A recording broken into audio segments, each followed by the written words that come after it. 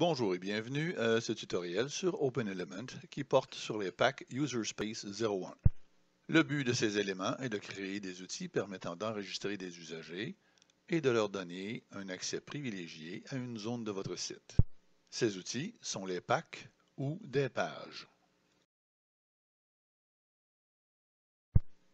Il y a une page d'authentification permettant aux membres d'obtenir l'accès, de se rediriger vers une page de demande de création de compte ou de demander un nouveau mot de passe. Une page d'administration des membres,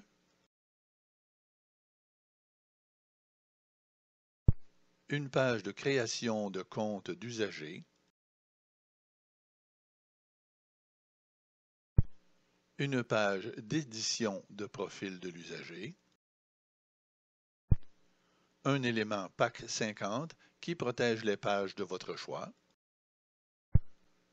un élément PAC 21 pour ajouter un login sur une page, un élément PAC 61 pour afficher le nom de l'usager connecté, un élément PAC 80 pour afficher sur une page du contenu visible seulement pour l'usager connecté. Il y a aussi un élément PAC 70 de collecte d'infos sur les usagers, mais je n'en parlerai pas ici. Les informations sur les usagers seront enregistrées dans une base de données SQLite ou MySQL selon ce qui est supporté par votre hébergeur et selon votre choix.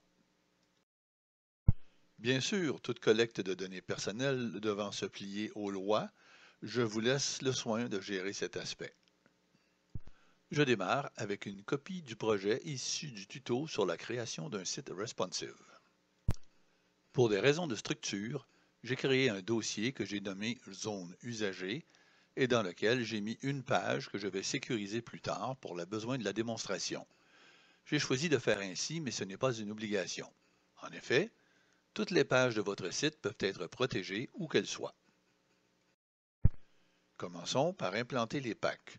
Sous l'onglet Pack, sous UserSpace 01, je vais lancer l'installation automatique simplifiée.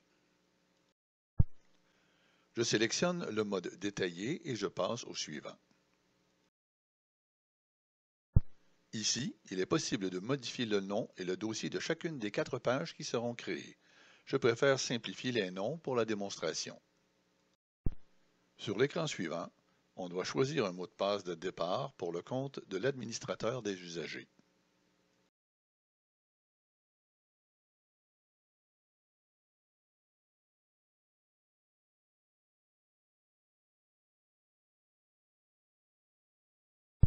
Écran suivant, on ajoute un compte mail duquel sembleront provenir les communications automatisées de ce processus. Utilisez un compte mail du domaine de votre site pour limiter les risques que ces mails ne tombent dans des courriers indésirables du destinataire.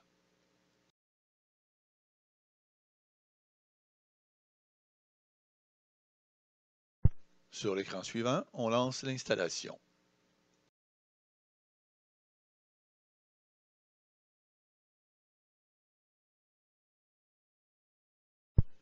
Un nouveau dossier contenant les 4 pages de gestion des comptes a été créé. Sur chaque page, un panneau d'information a été ajouté. On peut le glisser pour le rendre plus lisible avant de l'effacer en suivant les instructions. Sur la page d'administration, on nous indique la méthode pour initialiser la base de données en y créant le compte de l'administrateur des comptes.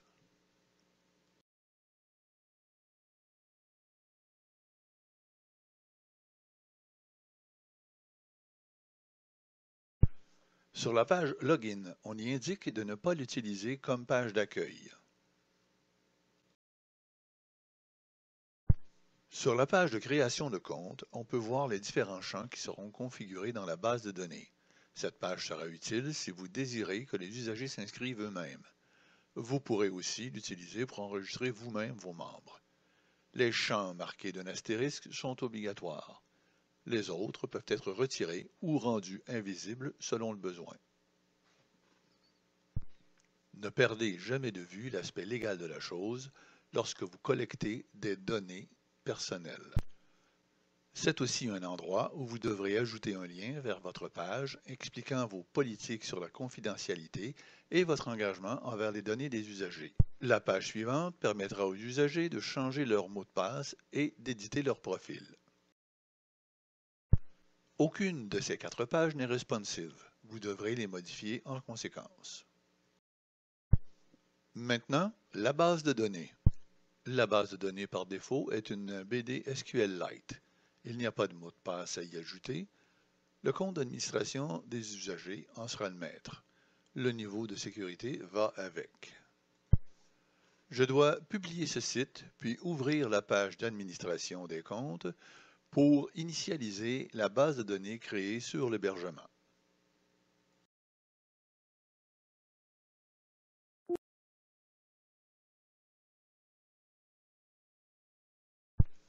Vous remarquerez le message d'alerte vous enjoignant à changer le mot de passe de l'administrateur des comptes. Je clique sur le lien.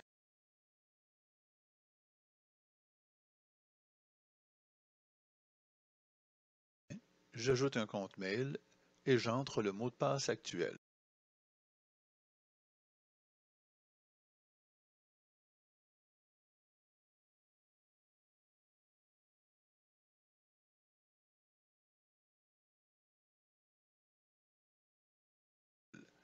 J'obtiens confirmation du changement.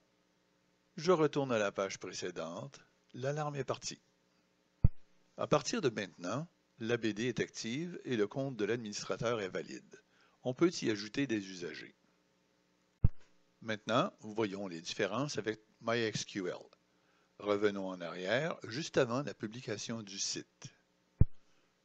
Sur mon hébergement, j'ai créé une nouvelle base de données MySQL qui a son propre administrateur. Comme vous pouvez le constater, la BD ne contient pas de table.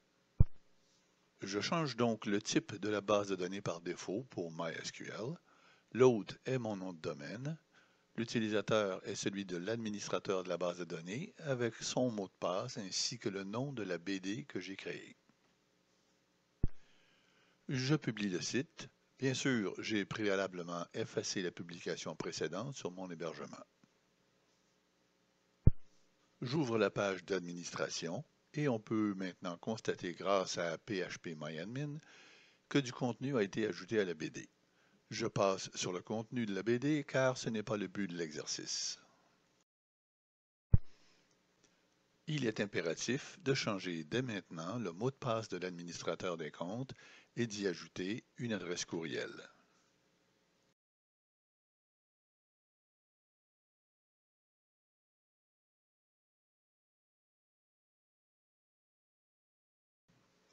Protégeons maintenant notre page prévue à cet effet.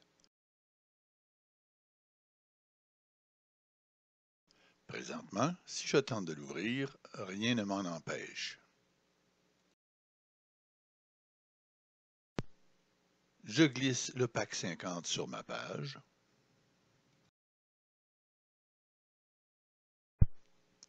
Je confirme le nom de la page de login, ainsi que le niveau d'accès, et le tour est joué.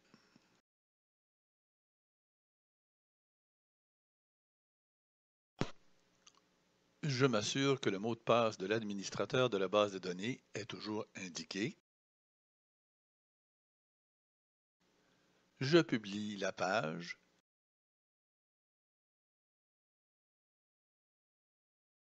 et je tente de m'y connecter.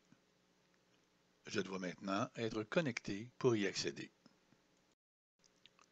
Il y a dans ces packs quelques autres options que je vous invite à explorer et à utiliser selon vos besoins. En terminant, n'oubliez pas d'aimer cette vidéo sur YouTube et n'hésitez pas à visionner les autres tutoriels disponibles dans ma liste.